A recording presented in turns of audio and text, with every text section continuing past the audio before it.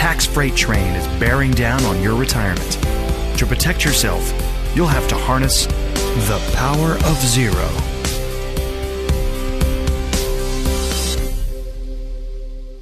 Welcome to the Power Zero Show. This is your host, best-selling author, Dave McKnight, author of The Power Zero, Look Before You Lerp, The Volatility Shield, and Tax-Free Income for Life. If you're looking for someone to help you navigate all of the pitfalls that stand between you and the 0% tax bracket, head on over to davemcknight.com. Happy to hook you up with a member of our elite POZ advisor group, trained, vetted, qualified personally by me, among the very best tax-free planning specialists in the nation. If you are a financial advisor looking to level up your game, head over to powerzero.com, opt into our free 3-part video series. Okay, today we're going to talk about, the title of my podcast is Can Mitt Romney Save America? And you know what? Say what you want about Mitt Romney. I happen to like, not everybody does, but I do, as an aside, I think he needs to convert his $100 million IRA before tax rates go up for good, but that's a different story. Mitt Romney is on the forefront of trying to save Social Security, Medicare, Medicaid, solve the national debt problem. And by doing all of those things, I think he is simultaneously trying to save the country. In the following interview he had with Maya MacGuineas, who is someone who I've had on my podcast before, he makes a lot of sense. And regardless of your political persuasions, if you care about the future of our country, if you care about the national debt, if you care about the condition of the entitlement programs, then what he has to say is really going to resonate with you. Because if he can get through his bill that he's proposed, which is called the Trust Act, it could well save the republic. Politicians, we know, are historically reluctant to say things that might get them voted out of office. But what you're about to hear from Mitt Romney is pretty polarizing. There's going to be a lot of people that don't like it, but it could well get him voted out of office. But I think that leads us back to something that you have to admire in Mitt Romney, and that's that he's willing to speak his mind and speak what he thinks is the truth and sort of let the chips fall where they may. I think it takes a lot of integrity to do that. So let's jump into this interview. Maya MacGuineas begins by saying, since you joined the Senate, you've been talking about the need to restore solvency to our trust funds. I think from the very beginning, can you talk a little bit about why this is so important? Senator Romney, we face a real challenge there, and that is that this growing national deficit that we have and the additional debt that the total nation has is already an issue, but it's becoming a more frightening issue. We spent over $400 billion on the interest last year. Okay, this is Dave. We did spend $400 billion on interest last year. By the way, the only way to combat inflation at this point is to raise interest rates. And by the way, I don't know if you realize it, but recently, as evidence that you have to raise interest rates most of the time to combat inflation, Argentina has inflation at 50%. They recently raised their interest rates 250 basis points from 40 to 42.5. That was an attempt to combat their hyperinflation. So this is what countries do when they have inflation. They raise interest rates. So $400 billion, as Romney points out rightly, is a problem, but it's not nearly the problem it's going to be if we return to historically normal interest rates. Okay, back to Romney. Compare that to $700 billion in the military. At some point, we're going to be spending more on interest than we're spending on our military. I don't know how you can be the leader of the free world if you're having to pay hundreds of billions of dollars in interest and can't even keep up with your military, or, by the way, with your education support, your healthcare systems, and so forth. So we've got to find a way to finally get us closer to balance. That's one piece. So here's Dave. So if you recall, this was the point that David Walker made in the interview that I had with him about a year ago on my podcast. In his book, American 2040, Still a Superpower, he says that you can't remain a superpower for long if you can't get a handle on your finances. So how can you defend yourself against aggressive superpowers if the cost of renting the money that you've already spent far exceeds what you're able to allocate towards military or other basic programs that you need to be a superpower? Okay, back to Romney. The second piece, of course, is that the programs that people rely on, Social Security, Medicare, Medicaid, our highway trust fund, these trust funds are about to run out of money over the next decade or so, some more quickly than that. Medicare Part A, probably in the next 4 years. By the way, David Walker pegs it at 3 years. So we need to take action before these trust funds run out of money, at which point legislation says, the law says, we have to cut benefits dramatically. And we all know that's probably not going to happen. So it'd be in a dramatic increases in taxes. And if we have a dramatic increase in taxes, it would slow down our growth and make it harder for us to pay down the debt that we have. Okay, so he's starting to sound a little bit like this is Dave, he's starting to sound a little bit like a Power of Zero advisor. He's basically saying that the longer you wait to modify these programs, the more likely you're going to have to dramatically raise taxes, dramatically cut entitlement programs, or some combination of the two. So he seems to be saying that really dramatically cutting these programs for, baby boomers is not really in the cards. And so where does that leave us? That leaves us with higher tax rates. Romney. I know I'm making it all sound like it's pretty cataclysmic, but if you look at the history of great civilizations that have failed, a characteristic of their failure is that they start spending massively more than they take in. Because as the lead civilization of the world, other nations loan them funding. But at some point, they can't keep up with the interest and paying back the loans, and their currency weakens, and they get replaced by someone else. In our case right now, we have China nipping at our heels. They will be bigger than us economically, militarily, and geopolitically. And for us to keep on adding debt at a time like this is obviously threatening our future or the future of our kids and our grandkids. So we've got both a need to protect our seniors with Medicare and Social Security, as well as Medicaid, and the need to keep America strong. So for all those reasons, it's time for us to address the imbalance that exists. All right, my commentary. So one of the criticisms that you'll read about on Amazon when you read through the reviews is that I waxed too cataclysmic in the opening chapter. I fearmonger about the future of our country. I fearmonger about rising tax rates. I wield the specter of higher taxes as a sort of like an emotional cudgel, if you will, to get people to be motivated to shift money from tax deferred to tax free. Well, finally, in Mitt Romney, we have someone in a position of prominence who's willing to go on public record as saying that we are marching into a cataclysmic future, and he wants to do something to forestall it.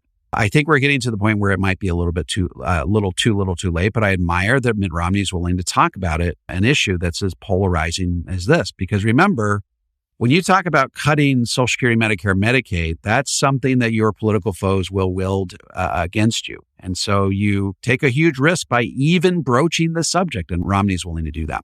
Back to Romney. The topic of debt and excess spending and trust funds is just not something that the voters talk about. As a result, politicians don't talk about it. There are a few people who recognize it. People of capacity like Angus King, who you just met with, Republicans and Democrats recognize that this is a real issue and that it needs to be addressed. I'm reminded of that old line from Hemingway. One character in his book was asked, "How did you go bankrupt?" And he said, "Slowly and then suddenly." My commentary, I love that and I hate that all at the same time. I love it because it's true, and anything that's true, I think that you're better off saying than not saying it. And I hate it because it's the future that we're marching into, that things will get bad slowly and then they'll get really bad all at once. And that's sort of how nations collapse. That's how empires collapse. Back to Romney. And the challenge is that we're facing some of the consequences of our excesses right now with inflation. But we haven't had the kind of collapse that has occurred to Great Britain before us, and the Dutch before them, and the Romans before them. The kinds of things that happen when people do not maintain their strength by maintaining, if you will, their fiscal sanity, and not having debt overwhelming the capacity of a nation to provide for itself and its strength globally. So Maya MacGuineas says, if you could talk a little bit about what I think is the most impressive legislative development that we've seen in years. You're developing the Trust Act, by the way. When Maya MacGuineas says this is the most impressive legislative development she's seen in years, this is not to be taken lightly. She is the president of the Committee for Responsible Federal Government, someone who I deeply admire and someone who really has her finger on the pulse of all of the legislative issues. So the fact that she's saying this, that what Romney has put forth is the most significant piece of legislative development that we've seen in recent years is a huge, huge statement. So we need to pay close attention to how this piece of legislation in particular is received. So Romney says, for those that are not familiar with it, the idea is simply to take the vision of Simpson Bowls and say, okay, is there a way to make Simpson Bowls work? Okay, this is Dave. So for those of you who don't remember Simpson Bowls, this was a committee that was brought together by Barack Obama back in, I think it was 2009 maybe, that examined all of these types of issues, all of the viability of all of the different programs, the debt trajectory, all of these different things, and try to come up with a solution. And it was a serious, good faith effort to address these seemingly intractable problems. Well, Obama ends up getting sidetracked by other issues and didn't end up wanting to spend his political capital on it, but it had a lot of promise at the time. Okay, so back to Romney. And so we said, instead of, as Simpson Bowles did, looking at all of the trust funds together and saying, can we solve the whole thing? We instead divide the different trust funds and establish a rescue committee, if you will, for each one of the trust funds, a separate rescue committee, bicameral, bipartisan. And if any one of these committees, the one responsible for Medicare or for disability and Social Security or Social Security and old age or the Highway Trust Fund, if any one of them, any one of those groups can come up with a solution to find balance and solvency long term, if they come up with a solution which has bipartisan support within that group, then it goes to the House and Senate on a privileged basis, an up or down vote without amendment. And that's the basic idea. And I can't tell you that we're going to solve all 4 trust fund deficits, but I think we could solve 1 or 2. And if we get that done, it's going to create the impetus, I think, to take on the effort even further and perhaps solve all of them. So my commentary.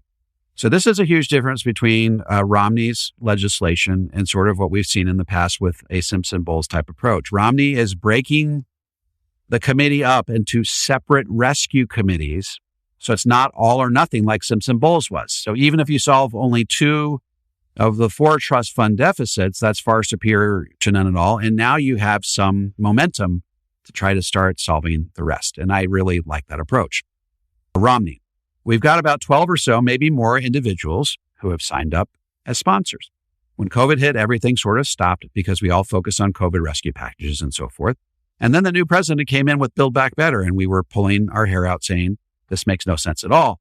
And yet the Democrats felt they needed to give their leader a win. And so the Trust Act becomes a back burner topic, but it's back to a front burner again. And there are senators who are very intrigued. Bill Cassidy, for instance. Not only is he a supporter of the Trust Act, he's actually got some ideas to fix Social Security. So he's working on the solution. And there are others that are working on specific solutions. Great. Bring those to the various rescue committees if and when this can get passed. I hope we can get enough bipartisan support. Right now, there are a couple of people like Bernie Sanders who just say, oh, you're just going to cut benefits. It's like, Bernie, the benefits are going to get cut when the trust funds go bankrupt. This is my commentary. I love that Romney brings this up. By staying on our current fiscal path, our country goes bankrupt. So nobody likes it when benefits get cut, but you're going to like it even less when our debt gets so large that the cost of servicing it consumes the entire federal budget, in which case the cost of, these programs and the benefits that they mete out are going to get cut dramatically. It's just the laws of the economic universe that I think Bernie Sanders in this case is ignorant to. Back to Romney. So you ought to realize that that's in the law. We're trying to avoid that happening, but there's always a capacity. Anytime you're talking about Medicare, Medicaid, or Social Security, a demagogue can always grab a microphone and say, oh, they're going to cut your benefits. No one is going to cut benefits for current retirees or people near retirement. That's simply not going to happen politically. But we've got to solve these imbalances, and we've got to do it before it becomes a burden too heavy and potentially throws us into the kind of decline that would be terribly destructive. So my comments. What Romney's saying is true. The baby boomers are the single largest voting bloc in the nation, and they don't risk losing their Social Security and Medicare benefits. It's just the truth. Nobody wants to alienate that particular block of voters. It's the Generation Xers and the millennials that we're going to end up having to pay the price. They're going to move our Social Security age out to 72 or 75. There's ways that, or they, in theory, could eliminate it altogether. I don't think they're going to resort to that, but that's also a possibility. So Maya MacGuineas then asks, so are there any policy objections to this, or are they merely political? Which is that sometimes people like to keep issues alive so they can continue to try to beat up the other guy with them. Is there any policy argument for waiting? Romney says, that's an argument I agree with. So then the question is, what is the intent of Bernie Sanders, for instance, who really is the most vocal, outspoken critic of this approach? And on the one hand, it may just be very much in his heart that anything that could potentially adjust a program in the future, he has totally opposed. And he only wants to raise taxes in order to pay for whatever programs might exist in the future. So that may be where he is, but that's not where America is. And I think the distinct majority of his party that is represented in the Senate and my party believe that we've got to find a solution to these issues before they become backbreaking. And they're getting there, if they're not already there. We've got to find solutions that keep us from continuing to have to borrow hundreds of billions of dollars to make the obligations that we have. I don't think most Americans recognize that when we talk about balancing the budget and when the senators every year work on our budget, we're only talking about 1/3 of the spending. 2/3 we don't even talk about. We never even vote on it. 2/3 of federal spending is automatic. Medicare, Medicaid, Social Security, and the interest. These things are automatic, and we are never going to get ourselves to a posture where we have a sound financial base until we're willing to look at those programs and say, what can we do for future generations to make sure they're solvent for them? And by the way, if everybody thinks we're going to need more revenue, meaning we need higher taxes, why? that's what we'll have. But I think there's going to be instead a balance where we're going to find ways to improve programs too. So my thoughts. A couple of points. Romney rightly points out that the Senate only votes on discretionary spending. That's only 1/3 of the budget. The other 2/3 is non-discretionary spending, which means it would take an act of Congress to not spend that money. Social Security, Medicare, Medicaid, interest on the national debt. So those costs are going to increase by definition as we move forward in time, unless the rest of Congress heeds Romney's warnings and takes this trust act seriously. And that means either higher taxes or more debt. And we're getting to the point where we risk a sovereign debt crisis where other countries will simply stop loaning us money. And that leaves us with no other option but to raise tax rates. So, I'm encouraged that Senator Romney's, or at least someone of Senator Romney's stature, has taken the problem head on. He rightly identifies it as the foremost problem facing our nation. Most politicians don't want to really touch this discussion with a 10-foot pole, but Romney is, and by so doing, he's showing a lot of courage.